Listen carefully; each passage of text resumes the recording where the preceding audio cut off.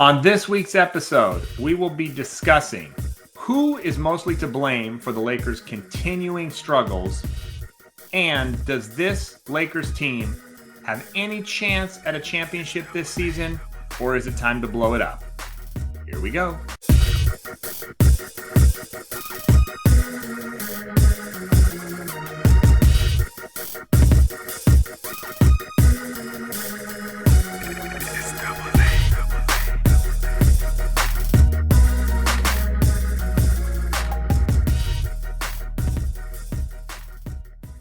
Hey, what's up, everybody? Anthony here with you from the Matter of Stats podcast. Back again. Another week of Laker basketball. We'll get into all of it, the good, the bad, the ugly, and the ugly. But first, if you're new here, please make sure you go ahead and hit that subscribe button. It really helps us support and grow the channel, and we appreciate all the likes, all the support, all the love, and let's get into it. All right. Well, it hasn't been a great week for the Lakers. Things are seemingly going from bad to worse, and this past week was pretty rough. Most recently, the Lakers have lost 4 of their last 5 games, most of them in ugly fashion. They did have the first, clutch loss that we talked about last week at the hand of the Bucks. But the other losses, in typical Laker fashion, were absolute blowouts. The defense continues to be, I'm just going to call it a mystery, because they can't seem to figure out how to solve the puzzle of playing defense. And although there are stretches where sometimes the Lakers look like the effort is there, or at least tangible in some meaningful capacity, they can't keep it consistently, and teams are just finding ways to absolutely obliterate the Lakers, really taking advantage of the lack of athleticism, the lack of rim protection, and the woeful Laker perimeter shooting. There were a couple recent games, of course, this week against the Kings, where the Lakers were absolutely dreadful from 3. Then they had a crazy game where they shot exceptionally well from 3 against the Hawks. And then we're kind of meh against the Hornets, and they got ran out of the building as the Hornets made 23s. I think LaMelo hit 9 of them, and the Lakers defense was just awful. The Hornets had over 100 points through 3 quarters, and the consistency isn't there, and I don't know where it's going to come from. I don't know what's going to magically change. I don't think there's going to be 1 or 2 small moves that are going to make it happen. And it kind of brings us into where we are now in this moment in time, where the Lakers are good, not great. They're still in the top 5 in the Western Conference standings. But since December, this team has been terrible. They haven't beaten a 500 team. They haven't played as well offensively as they were early in the season, even when they were still struggling to defend when the defense was bad, not atrociously bad like it is now. They were at least scoring at a much higher clip. Now, I know some of this is due to the injuries, right? With Reeves out, with Rui out. I get it. But those guys cannot be that much of a difference where you're going so far off the deep end defensively, and those guys don't defend anyways. And yes, the offense has sputtered a little bit, but it still is not a total reasoning for why this team is so bad. I think they're 8, and they've only won they've only won 5 of their last 13 games, and things just seem to be spiraling out of control. It doesn't look like there's any cohesiveness from this team defensively at all, from the bench at all, and now the offense is even starting to suffer.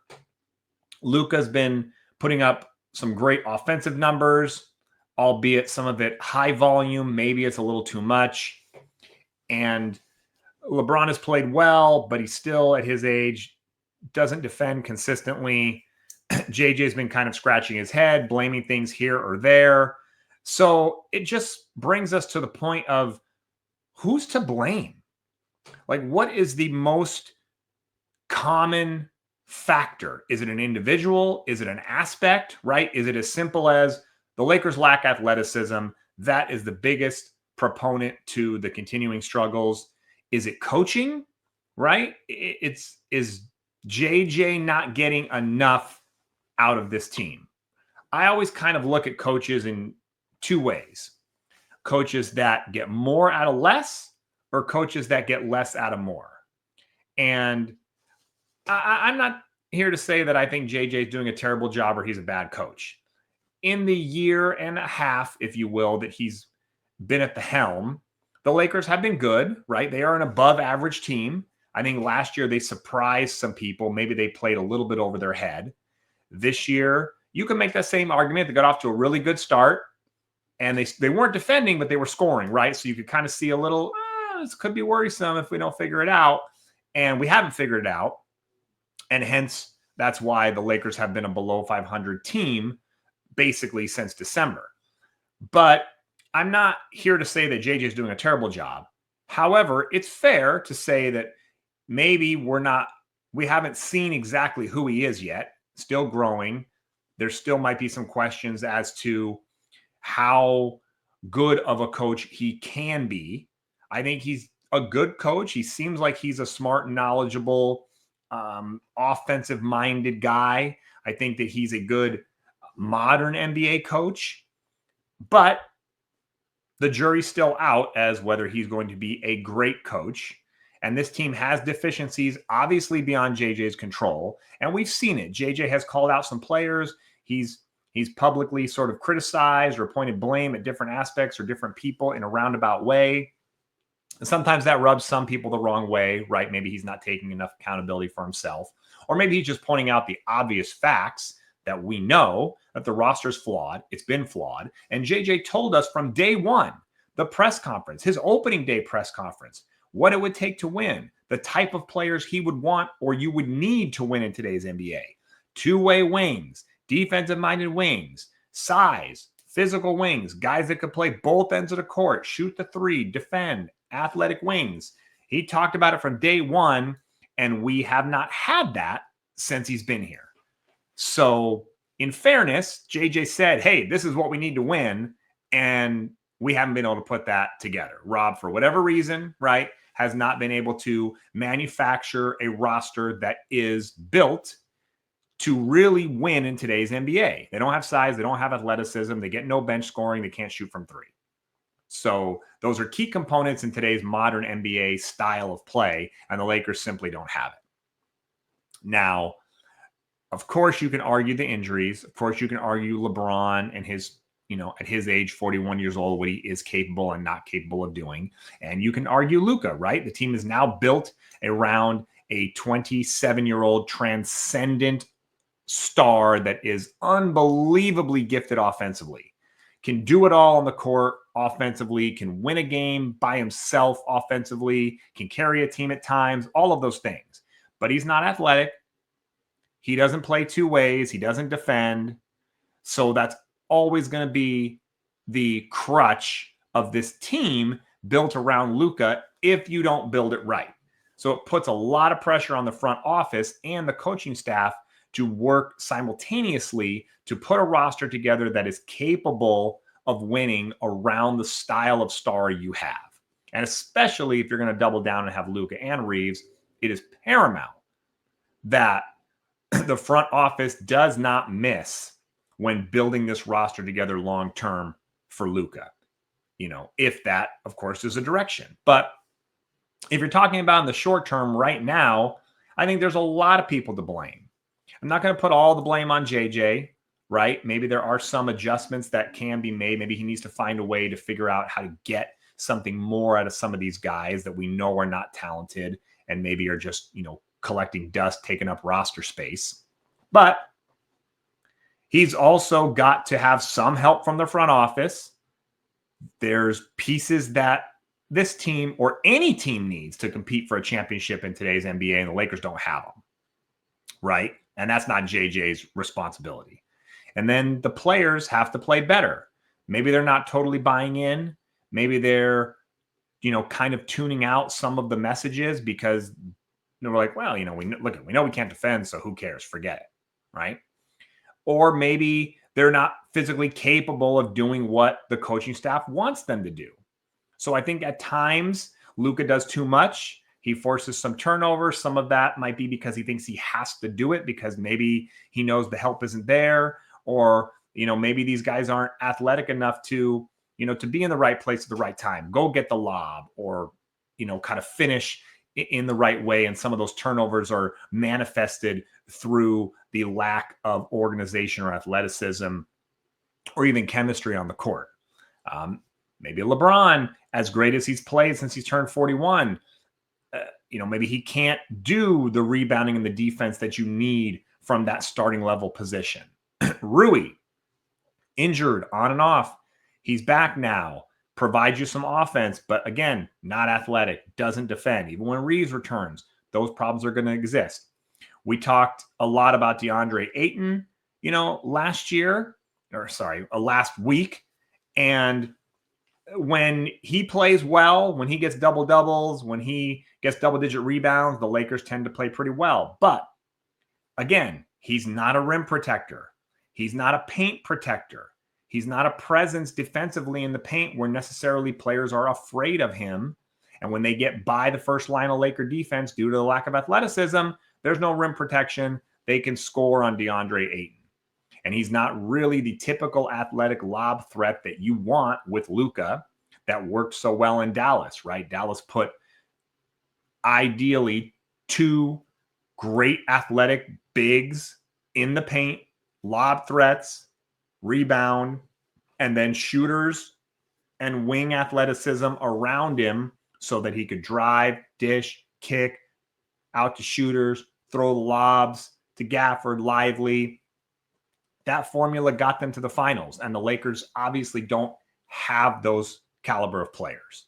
They don't have the shooters, they don't have the wings, and they don't have the lob threats that you would want. Ayton is a nice player. Even Jackson, very athletic, and is a somewhat of a lob threat, but not to the level that you need consistently offense and defense to be on the court in long enough stretches where you can sustain the offensive equivalence you need, but also the defensive consistency.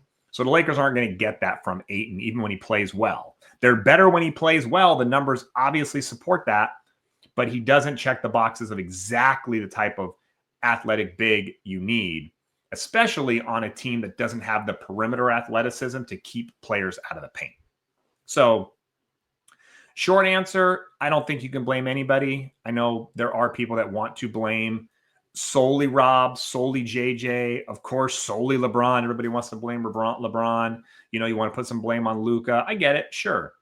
But I do believe it does start from the top. I always feel like things start from the top, and I think it starts with management. It starts with Rob. It starts with the front office, and then it trickles its way down.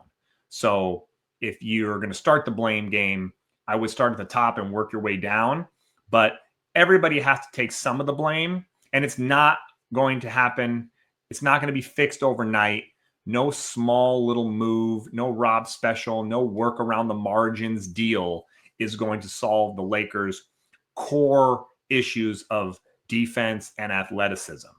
So unless there is some miraculous deal where someone's going to drop another all-star level Luka calibered two-way defensive big in our lap for free, I don't see anything that's going to, absolve everybody from blame immediately.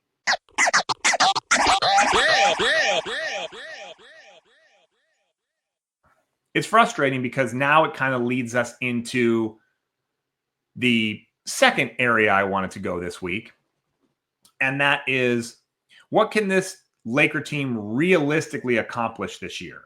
Given all the deficiencies that we just talked about, is there a realistic chance that they can compete for a championship this year, or do you just blow it up? Because there's positives and negatives to both scenarios, and neither one is a perfect solution. So on one hand, you could say, okay, despite all these Laker flaws, despite the horrific defense and how bad they've been the last month and a half, they're still above 500. They're still top 6 in the West. They're still just a couple games out of the second best record in the West. And they can compete with almost anybody if everything is working on a nightly basis. If they're making shots, everybody's healthy, and they can just relatively slow somebody down on defense. They could be anybody on any given night, right? You got Luka, you get a healthy Reeves, LeBron's playing well, Rui, maybe they do find a way to get some sort of athletic wings. Maybe it's, a DeAndre Hunter, maybe it's a Keon Ellis, maybe they go a little bigger splash, right? They try to get a Jonathan Kuminga, something. You need some sort of athleticism in there, some two-way players, some guys that can defend, some guys that can shoot the three, because we don't have that athleticism right now on both ends of the court.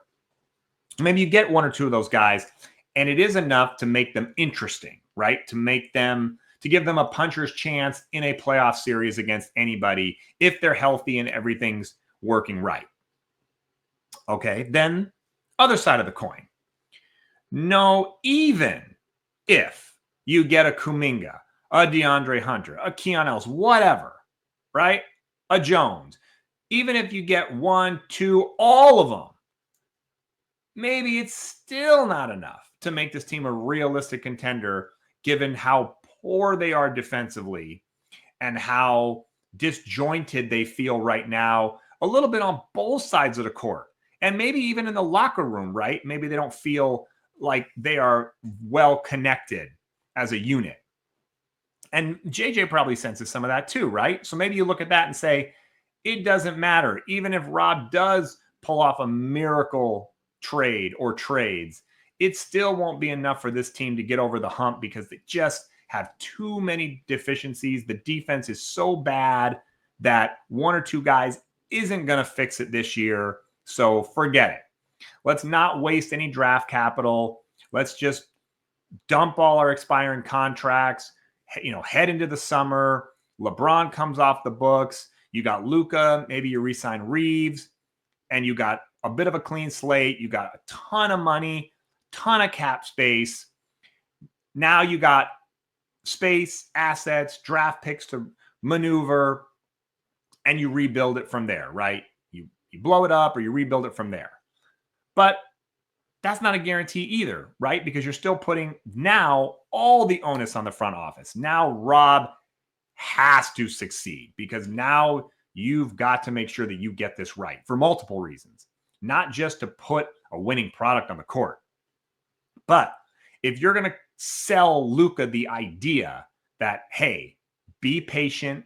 This is just this is a bridge gap season. We know we're kind of faking it and punting this season, but trust us, we're going to build a contender next year. We're going to start putting the pieces in place for you to have a winning group around you with the pieces we know we need to compete and win in today's NBA. We're going to get those type of players. We're going to get the bigs. We're going to get the wings. We're going to get the shooters. We're going to build the kind of team that we need to build around you to be successful and win. Just be patient.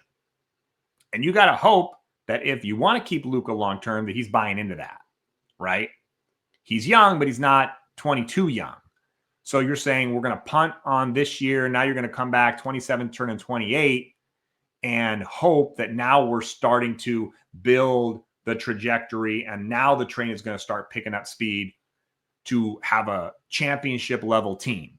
But what does that mean? Does that mean they win next year?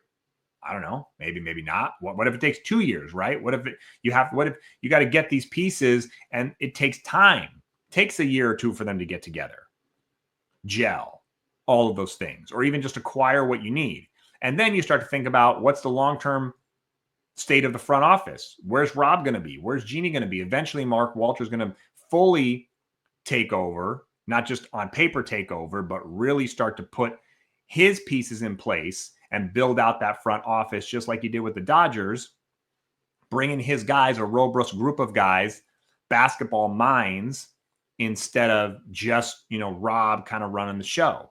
So what does that look like? Is Luka on board with that? There's so many factors to the idea of let's just rebuild. Let's blow it up and rebuild, because it doesn't always work that way. Even draft picks are a crapshoot, right? If you trade 1 for 4, or you trade 4 for 1, or you draft players with them, there's no guarantee they're going to be winners. There's no guarantee they're going to be in the league 3 years from now. Look at the Lakers' recent picks. Jalen Hood-Schifino, first-round pick. Where is he? Dalton Connect, first-round pick. Can't stay on the floor, right? The Lakers just signed Kobe Buffkin, to a 10-day contract. He was a lottery pick just a few years ago. So it's all a crapshoot. So you got to be really, really sold and really, really convinced that your star's on board and the front office knows what they're doing. And that is the part that makes me the most nervous.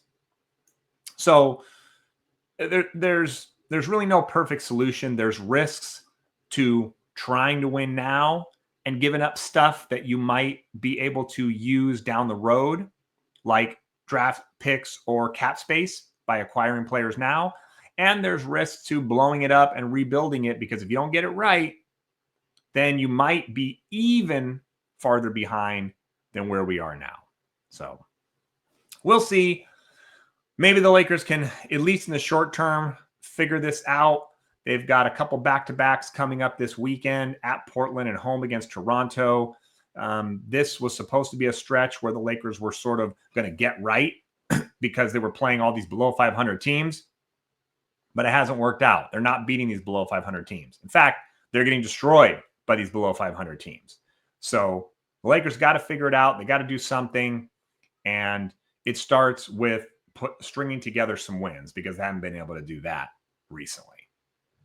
So we'll see what happens this weekend, this week, into next week, and we'll be back once again to discuss it all here on the Matter Stats podcast. Thank you guys for watching. Hit that subscribe button, and we'll be back next week. See ya.